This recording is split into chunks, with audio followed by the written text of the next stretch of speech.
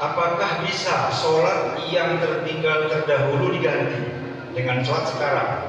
Jika bisa, bagaimana cara mengerjakan? Ya, ini pertanyaan. Ya, jadi sholat ini jumhur ulama 4 mazhab, baik Syafi'i, ya, kembali Maliki dan Hanafi, 4 mazhab sepakat bahwasanya sholat bisa diganti. Sholat yang belum tertinggal bisa diganti. Gantinya bagaimana? Setelah isya kembali. Ya, setelah asar kembali, begitu pokoknya diganti sama. Setelah asar sholat asar, setelah zuhur sholat zuhur, begitu diganti sebagaimana kita menghitung berapa banyaknya. Ya, kita ganti. Jika kita meninggal sebelum masanya kita punya 30 tahun, kita mengganti di usia 40 tahun. Mungkin baru 5 tahun kita ganti sudah meninggal, maka Allah hitung kita tetap mengganti. Paham ya? Itu dulu 4 ulama, 4 mazhab maksudnya. Itu orang-orang salaf terdahulu. Namun kalau Salafi, mereka tidak boleh diganti. Muhammadiyah juga demikian, mereka tidak boleh diganti.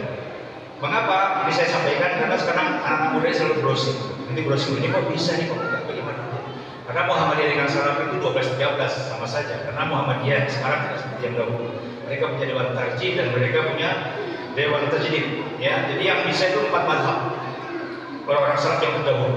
Ya, Salafi ini terbagi kepada 3 kelompok sebenarnya berdasarkan penelitian. Semua Salafi baik yang di Saudi Arabia, yang di Yaman, dan yang di Syria semua sama-sama. 3 kelompok ini tidak bisa mengkontrol sholat yang sudah ditinggal. Cukup dengan tobat maka selesai. Itu versi orang yang apanya Salafi. Tapi mereka orang zaman now, karena pendapat yang mereka ambil adalah pendapat Imam Ibnu Taimiyah dan Abdul Wahab rahimahullah alaihi. Ataupun yang di Yaman itu Syekh Qutb rahimahullah alaihi. Dia mereka ambil. Jadi kesepakatannya adalah 4 mazhab ya boleh mengqadha, 2 yaitu Muhammadiyah dengan Salafi tidak bisa mengganti. Mereka cukup taubat saja. Namun yang menjadi masalah, menjadi ikhtilaf pada ulama-ulama salaf dahulu, ya apakah kita bisa mengganti sholat yang sudah mati? Orang tua kita meninggal, tidak sholat, itu yang menjadi masalah. Ya, kalau kita ini bisa lah mengganti, gitu ya. Kalau sekarang kita taubat, kita bisa mengganti.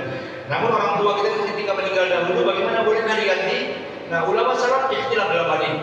Ya, sebagian mengatakan tidak bisa diganti. Dan kalau kita melihat pendapat Ibnu Umar dan Imam Suyuti, mereka boleh menggantinya.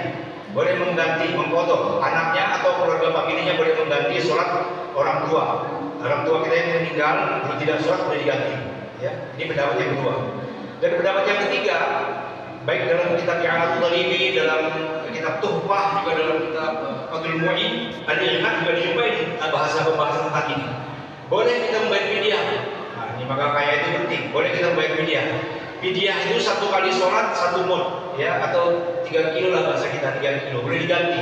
Kita menghitung berapa kira-kira orang tua kita sholatnya nggak sholat dia sama dia sakit, atau mungkin 5 tahun diganti per 5 kali 1 hari dikali 3 kilogram beras. Nah, itu kita fidyahkan. Nah, jadi ada 3 ya.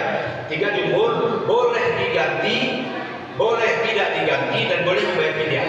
Nah, ini ya bisa dipahami ya.